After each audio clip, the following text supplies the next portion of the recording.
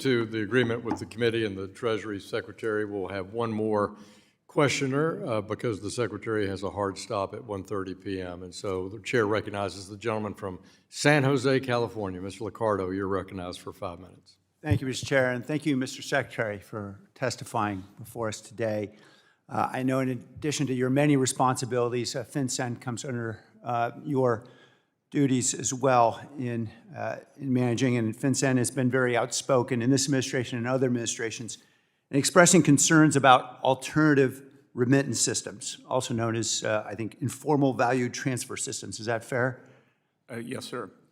And there are many concerns, I know, with these alternative systems, including lack of documentation, anonymity, their informality make them very attractive to money laundering. Is that true? Yes, sir.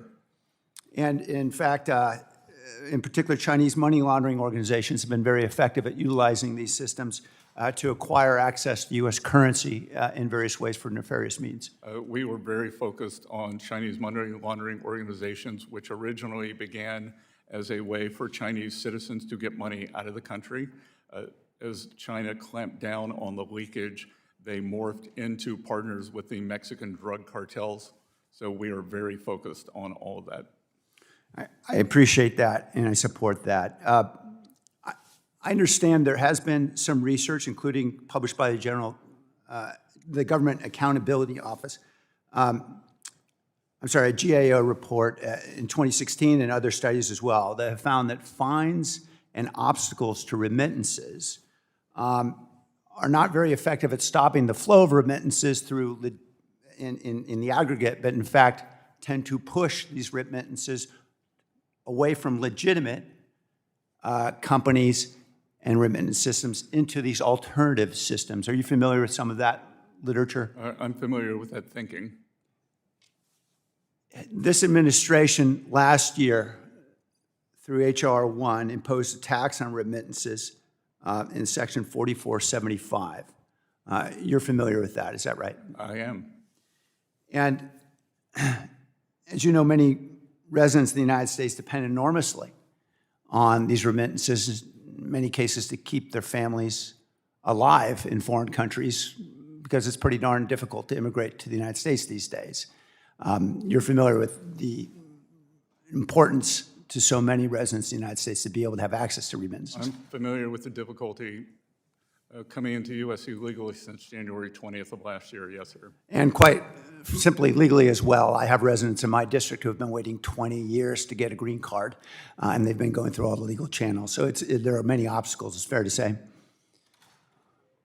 Is that fair to say, Secretary? I don't know the specific instances that you're considering. I invite you to my district, and you can meet the nearly 40% of my residents who are born in a foreign country that make Silicon Valley the extraordinary place that it is, and they'll tell you their tales of woe in trying to get through this system. In January, you indicated, quote, "We will strongly push to prevent anyone receiving federal government support funds from sending money overseas." Is that right? 100%. In reaction, a policy analyst at the Cato Institute said, quote, that these kinds of actions are building, quote, "building a legacy of financial surveillance and control." Do you recall that? I don't read the Cato Institute, but I do believe in financial surveillance for the remittances that should not be remitted, and we should also know where the money's going. And if you agree that imposing taxes and obstacles to using legitimate systems may compel people to use some of these informal mechanisms, don't you agree that undercuts our objectives in addressing money laundering, the illicit activity in these alternative systems? I disagree with taxes. But your administration and you supported that tax last year. I disagree with your assessment that taxes can be a hindrance. Don't you agree that taxes can alter behavior in various ways? When people understand something costs more, they may choose a different path? I would say that they would choose the safest path. Well, they may choose a less safe path if it just costs more to use the safe path. Don't you agree? I believe that anyone who has legitimate income is in the U.S. legally and is sending money home through gains where they have paid taxes, they would choose the safest path.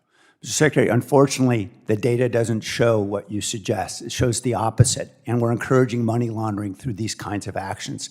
These obstacles and these taxes are not helping Gentleman's American time has consumers. expired. Appreciate the gentleman from California. I want to thank Treasury Secretary Bessent today for his testimony.